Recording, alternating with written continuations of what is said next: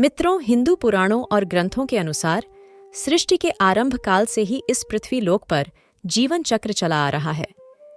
इस पृथ्वी लोक पर जिसने भी जन्म लिया है उसे एक न एक दिन मरना ही पड़ता है और ऐसा माना जाता है कि मृत्यु के बाद आत्मा को यमदूत अपने साथ यमलोक ले जाते हैं।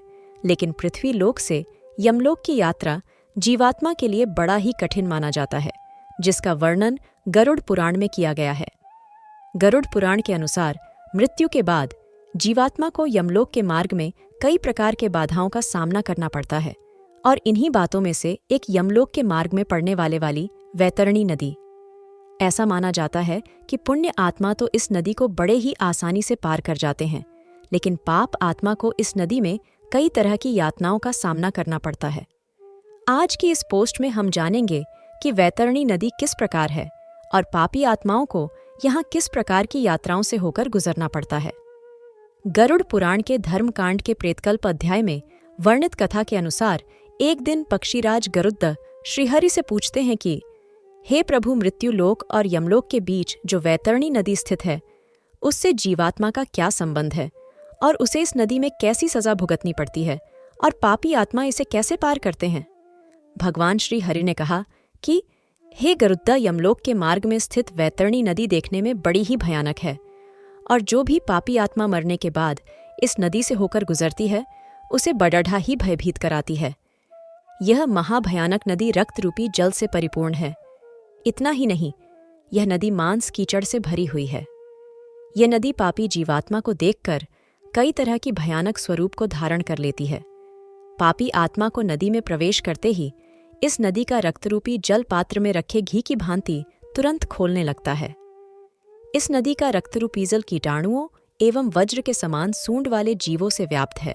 साथ ही इस नदी में घड़ियाल, मगरमच्छ तथा इनके ही जैसे अनेकों हिंसक और मांस भक्षण जलचरों से भरी हुई है। और नदी में जैसे ही पापी आत्मा का प्रवेश होती है वे 12 सूर्य के गर्मी के समतुल्य तपने लगती है। उससे उस महाताप में पापी चिल्लाते हुए करुण विलाप करने लगता है।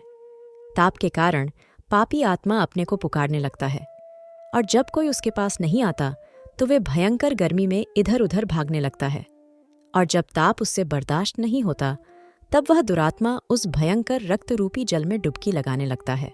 फिर श्रीहरि कहते हैं कि हे गरुड़, कुछ जीवात्मा ऐसी भी होती है जिन्हें मृत्यु के पश्चात इसी वैतरणी नदी में रहना होता है। जैसे कि जो अपने जीवन काल में आचार्य, गुरु, माता पिता एवं अन्य वृद्धजनों का अपमान करते हैं उसे इसी महानदी में रहना पड़ता है। इसके अलावा जो जीवात्मा अपने जीवन काल में पवित्रता, सुशीला और धर्मपरायण पत्नी का परित्याग करते हैं उनको भी इस महानदी में वास होता है। साथ ही जो जीव आत्मा जीवित रहते हुए अपने स्वामी, मित्र, स्त्री, तपस्वी, बालक एवं वृद्ध का वध करते हुए इसी महानदी में गिरते हैं।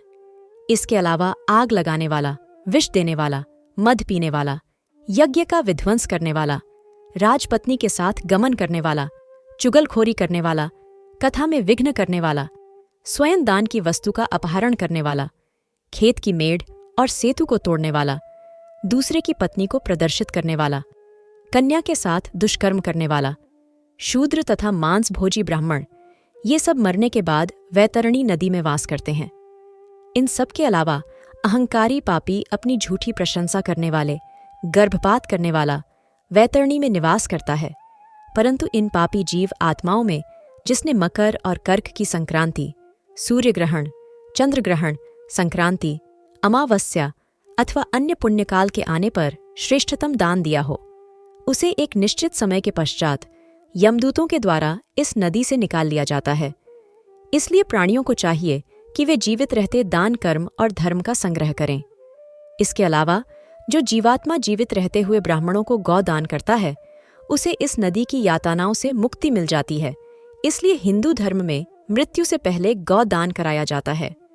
ऐसा माना जाता है कि गौ दान करने से मनुष्य उसी गाय की पूंछ पकड़कर उस वैतरणी नदी को पार करता है और उसके सुकर्म के प्रभाव से पारलौकिक सुख की प्राप्ति होती है। इसलिए दोस्तों, मनुष्य को चाहिए कि वह अपने जीवन काल में अधिक से अधिक धर्म का संग्रह करें, जिससे कि उसे मृत्यु के बाद किसी तरह का कष्ट ना झेलना पड़े। दोस्तों, ऐसी आध्यात्मिक जानकारी सुनने के लिए हमारी वीडियो को लाइक करें और चैनल को सब्सक्राइब करें।